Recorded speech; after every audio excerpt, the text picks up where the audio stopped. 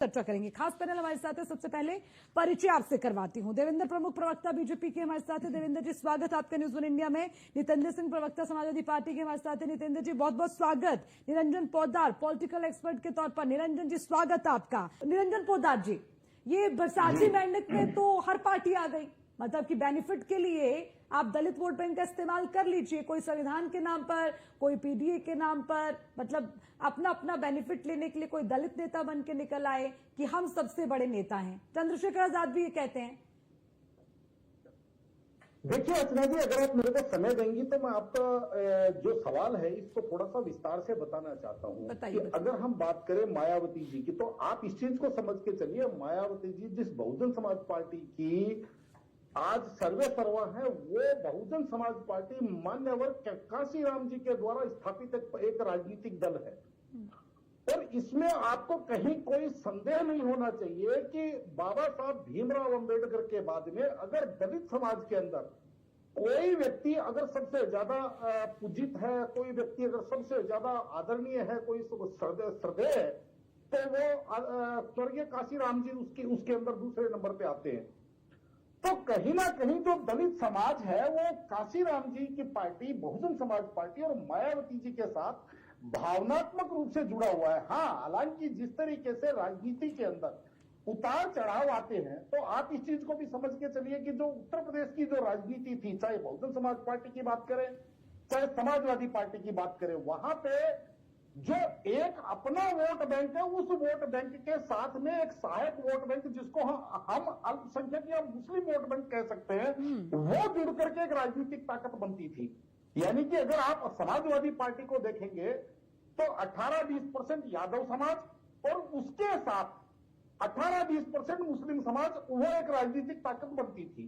तो इसी तरीके से मायावती जी या बहुजन समाज पार्टी की बात करें तो 20-21% दलित समाज और उसके साथ 18-20% अल्पसंख्यक समाज जब उनके साथ जुड़ता था तो वो एक राजनीतिक ताकत बनती थी। जब से भारतीय जनता पार्टी का उदय हुआ है और भारतीय जनता पार्टी ने अपनी राजनीति में एक चतुराई और करी, राजनीतिक चाल जिसको कहते हैं, राजनीति के अंदर जो आपकी चतुराई होती है या राजनीतिक महारत होती है, वो भारतीय जनता पार्टी ने ये करी कि जो दलित समाज है, दलित समाज के अंदर भी 150 से ऊपर कर दिया है और उसके अंदर जो अति दलित है उनके अंदर एक अलग वर्ग तैयार कर दिया। यानी कि जिस तरीके से आपने देखा होगा अभी पीछे सुप्रीम कोर्ट के अंदर भी एक मुद्दा उठा कि आरक्षण के अंदर विशेष कोटा, यानी कि जिसके अंदर हम वाल्मीकि समाज को, जो सासी समाज है, जो पासी समाज है, जो और ज्यादा दलित, यानी कि जिनको सबसे ज्यादा अछूत समाज माना जाता है, कहीं ना कहीं उसको थोड़ा सा भारतीय जनता पार्टी ने उभारने का प्रयास किया, जिससे एक डीएससी वर्ग अलग और साबित हुए, अलग वर्ग। और दूसरी तरफ जैसे ही चंद्रशेखर आजाद ने अपना राजनीतिक थोड़ा सा वर्चस्व तैयार किया तो कहीं ना कहीं बहुजन समाज पार्टी कमजोर होती चली गई। लेकिन आप इस चीज को भी मान के चलिए कि दलित समाज के अंदर आज भी भावनात्मक रूप से जो बहुजन समाज पार्टी और मायावती जी के प्रति लोगों के मन में जो श्रद्धा है, कहीं ना कहीं मेरे हिसाब से कोई भी दलित नेता उसके समतुल्य नहीं हो सकता। हाँ, इसके अंदर आपको एक चीज जरूर है कि जिस तरीके से मायावती जी के पिछले 5-7 वर्षों के अंदर हमने राजनीति देखी, कहीं ना कहीं संशय या यूं कहें कि कंफ्यूजन है उनके अंदर, कंफ्यूजन हमें उसके अंदर दिखाई दिया कि कभी वो आकाश आनंद को बाहर करती हैं, कभी उनको बड़े जिम्मेदारी देती हैं, कभी उनसे जिम्मेदारी वापस लेती हैं, फिर उनको कहीं ना कहीं सजा देती है, फिर उनको वापस अंदर लाती है, फिर उनको बड़ी जिम्मेदारी देती है। तो दलित समाज भी उस चीज से कहीं ना कहीं शंकित और आशंकित है। हाँ, लेकिन मेरा ये मानना है कि अगर मायावती जी दलित समाज के लिए अगर आकाश आनंद को संपूर्ण शक्ति और पूर्ण विश्वास के साथ अगर उनको मैदान में लेकर के आएंगी, तो आप ये मान के चलिए, जो एक कहा जाता है ना कि मेरा पानी उतरते देख, किनारे पे घर मत बना लेना, समुद्र है लौट के जरूर आऊंगा। तो उस तरीके से हो सकता है मायावती जी के साथ अगर अल्पसंख्यक समाज जिस दिन दोबारा से जुड़ जाएगा, दोबारा से आप ये देखेंगे उत्तर प्रदेश के अंदर बहुजन समाज पार्टी एक दोबारा से एक राजनीतिक ताकत के रूप में खड़ी हुई। ओके निरंजन पोद्दार जी, बार बार हर कोई एक दूसरे की बी टीम बताता है और कोई कहता है कि अंदर खाने मुलाकात होती है, कोई कहता है कि आप इनके लिए क्यों बोलेंगे, क्योंकि आप तो गुपचुप तरीके से बेनिफिट लेना चाहते हैं। मतलब ये रिश्ता क्या कहलाता है?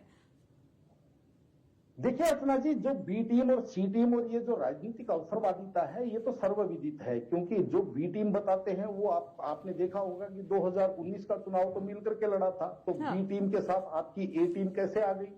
भाई कहने का तात्पर्य ये है कि जो आपकी राजनीति को शूट करता है, आप उस दिन वही जुमला बोलते हैं, पहली बात। दूसरी बात, देखिए अभी जो चर्चा चल रही थी और आशुतोष जी कह रहे थे, कदाचित आज मैं पहली बार आशुतोष जी की बात से पूर्णतः सहमत नहीं हूं।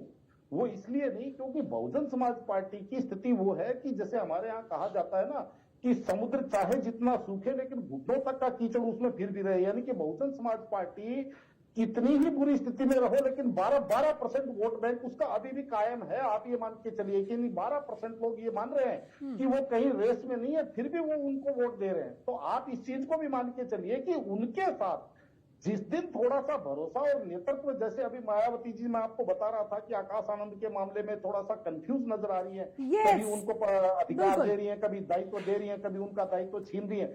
जिस दिन वहां पे एक युवा और ऊर्जावान नेतृत्व वहां पे खड़ा होगा तो बहुजन समाज पार्टी का एग्जैक्टली ये कंफ्यूजन वाली जो स्थिति, ये कंफ्यूजन वाली जो स्थिति आपने कही, आपने मैं एक बात और जोड़ना चाहता हूं और वो ये है कि आज भी आप देखेंगे तो जो दलित समाज है उसके अंदर जितनी स्वीकारोक्ति मायावती और बहुजन समाज पार्टी की है, वो संपूर्ण स्वीकारोक्ति चंद्रशेखर आजाद की नहीं है।